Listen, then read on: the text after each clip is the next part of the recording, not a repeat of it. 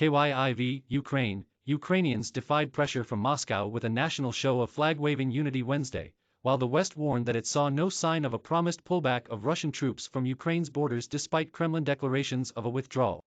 While a feared Russian invasion of Ukraine on Wednesday did not materialize, the United States and its allies maintain that the threat remains strong, with Europe's security and economic stability in the balance.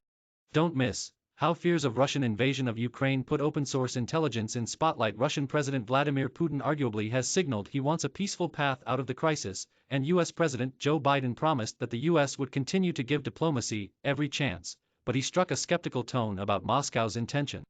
Biden also insisted that Washington and its allies would not sacrifice basic principles respecting Ukraine's sovereignty. Russia has massed about 150,000 troops east, north, and south of Ukraine. Moscow denies it has any plans to invade and announced a pullback of some forces and weapons, though it gave few details. Even though Putin has not committed to a full withdrawal, the Russian statements also seemed to lower the political temperature following weeks of escalating east-west tension. Footage released Wednesday by Russia's defense ministry showed trains ferrying tanks across the Crimean Bridge as Russia said it was moving troops from positions near Ukraine's border. A NATO official said Moscow's military buildup around Ukraine continued.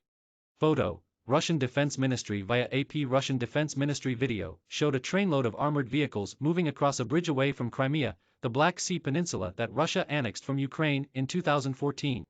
It also announced that more tank units of the Western Military District are being loaded on trains to move back to their permanent bases after training exercises. We haven't seen a pullback, U.S. Secretary of State Antony Blinken told ABC News. Can pull the trigger. He can pull it today. He can pull it tomorrow. He can pull it next week.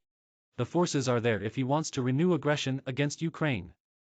Context. What a Russian invasion of Ukraine would mean for markets plus, take advantage of this pullback, says Morgan Stanley executive who sees buying opportunities amid Russia-Ukraine tension. NATO Secretary General Jens Stoltenberg said the alliance also had not seen any withdrawal of Russian forces. Before chairing a NATO defense ministers meeting in Brussels, he said, if they really start to withdraw forces, that's something we will welcome, but that remains to be seen. Ukrainian President Volodymyr Zelensky similarly dismissed the Russian withdrawal claims, noting the lack of evidence of a pullback. On a visit to military drills in the Rivne region in western Ukraine, Zelensky praised his military, saying, "When I look at you, I'm confident in both today and tomorrow." The Ukrainian leader has repeatedly sought to project calm as well as strength during the crisis, declaring Wednesday a day of national unity.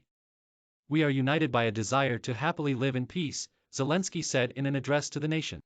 "We can defend our home only if we stay united." Children play Wednesday on tanks displayed at the Motherland Monument in Kyiv. Chris McGrath/Getty Images. Across the country, Ukrainians of all ages waved flags in the streets and from apartment windows. Hundreds unfolded a 200-meter flag at Kyiv's Olympiyskiy Stadium, while another was draped in the center of a shopping mall in the capital. In the government-controlled part of Ukraine's eastern region of Luhansk, where Russian-backed separatists have been fighting Ukrainian troops since 2014, residents stretched another huge flag across a street. Cyber attack hits Ukrainian banks and government sites. Also, Ukraine government voices skepticism over reports that Russia is concluding exercises and sending troops back to bases. This number of people united around Ukrainian flag will show that we stand for united Ukraine, said resident Alina Tkachova. Russian officials countered Western fears of an invasion by alleging that Ukraine may try to reclaim control over the rebel east, even though Kyiv denies any such intention. Russian Foreign Ministry spokeswoman Maria Zakharova said supplies of Western weapons to Ukraine could encourage it to launch a suicidal aggression. Russia wants the West to keep Ukraine and other former Soviet nations out of NATO, halt weapons deployments near Russian borders and roll back forces from Eastern Europe. The US and its allies have roundly rejected those demands, but they offered to engage in talks with Russia on ways to bolster security in Europe. Speaking after meeting with German Chancellor Olaf Scholz, Putin said Tuesday that the West agreed to discuss a ban on missile deployment to Europe, restrictions on military drills and other confidence-building measures, issues that Moscow put on the table years ago. He added that Russia was willing to discuss those issues, but only in conjunction with the main issues that are of primary importance for us. While Scholz reiterated that NATO's eastward expansion is not on the agenda, everyone knows that very well. Putin retorted that Moscow will not be assuaged by such assurances. "They are telling us it won't happen tomorrow," Putin said. "Well, when will it happen? The day after tomorrow? We want to solve this issue now as part of negotiation process through peaceful means."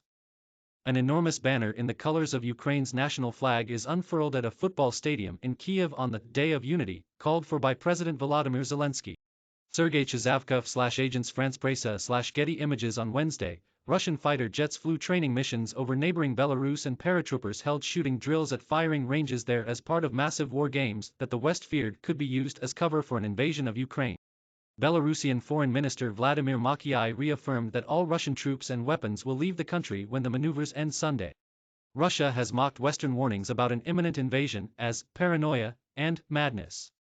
Kremlin spokesman Dmitry Peskov pointed sarcastically at warnings of Wednesday's invasion, saying that Russian officials had a good sleep.